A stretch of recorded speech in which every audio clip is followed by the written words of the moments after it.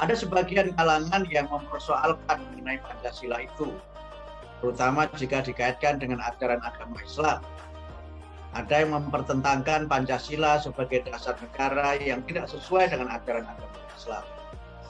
Tetapi kalau kita kemudian memahami secara mendalam, justru kita menemukan bahwa Pancasila itu merupakan dasar negara yang Islami, dasar negara yang sesuai dan tidak bertentangan dengan ajaran agama Islam. Pancasila itu kalau kita lihat dari sisi 5 sila yang ada di dalamnya, kesemuanya merepresentasikan dan merupakan aktualisasi dari nilai-nilai ajaran agama Islam. Bahwa toleransi itu adalah salah satu turunan paling penting dari sila kedua Pancasila. Kemanusiaan yang adil dan beradab. Dan sebagai simbol bahwa sila-sila Pancasila dan salah satu yang paling dijunjung tinggi adalah toleransi itu sesuai dengan ajaran Gereja Katolik, maka di Gereja Katedral Jakarta ada namanya Plaza Pancasila.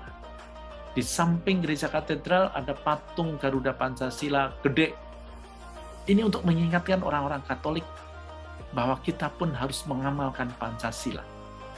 Karena nilai-nilai Pancasila itu, salah satu yang paling penting adalah toleransi, itu tidak bertentangan dengan ajaran Gereja Katolik. Bahkan bersesuaian. Bahkan saling memberikan inspirasi. Ini Buddha didirikan oleh Buddha Gautama 26 abad yang lampau, 500 tahun sebelum Masehi. Dibangun atas dasar ideologi, atas dasar pemikiran, atas dasar falsafah hidup, atas dasar pedoman, atas dasar kredo atau sahadat yang namanya Wandana, Tisarana, dan Pancasila. Tisarana Pancasila, Tisarana Wandana, Tisarana Pancasila, inilah sahadatnya umat Buddha. Jadi kalau setiap agama mempunyai kredo, mempunyai sahadat, mempunyai niat awal. Dalam masyarakat Buddhis juga mempunyai sahadat itu, mempunyai kredo itu. Apa kredonya umat Buddha adalah satu Wandana, yang kedua Tisarana, yang ketiga namanya Pancasila. Bagaimana hubungan antara agama dengan Pancasila? Dalam perspektif Konghucu, tidak ada persoalan hubungan antara keduanya. Bahkan boleh dikatakan, atau saya berani mengatakan, kalau ada orang yang benar-benar bisa menghayati Pancasila dengan sebenar-benarnya pada saat yang bersamaan, dia adalah seorang Konfusianis atau penganut agama Konghucu yang baik luar biasa.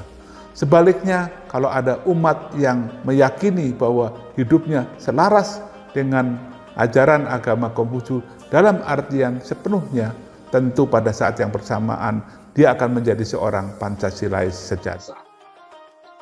Pancasila tentu ia tidak bertentangan dengan iman Kristen, tetapi Pancasila itu harus menjadi sesuatu yang keseharian, wujud kejujuran dari setiap kita. Tidak ada hipokrisi sebagai orang yang berbeda satu sama lainnya, tapi dengan tanggung jawab penuh kita mau berbagi, menjaga, mengawal keadilan dan perdamaian sekaligus keutuhan ciptaan di rumah bersama bernama Indonesia ini. Kita bisa berkontribusi dengan apa saja. Tidak semua kita memang pakar di ini, pakar di itu, pakar di sebagainya. Ada spesialisasi mungkin. Ada juga yang bisa secara umum tahu ini dan itu, namun biasanya juga secara general. Tapi apapun yang ada pada kita, talenta yang diberikan kepada kita, kita harus wujudkan itu dalam keseharian kita. Di mana semangat Pancasila yang juga adalah bagian dari semangat keimanan Kristen itu menjadi sesuatu yang nyata, bukan di bibir saja. Sila-sila dari Pancasila ini adalah merupakan serapan intisari keyakinan atau kepercayaan-kepercayaan yang ada di Nusantara ini. Jadi intisari kearifan-kearifan yang ada di Nusantara ini diterjemahkan dan diwujudkan, diaplikasikan di dalam lambang negara kita.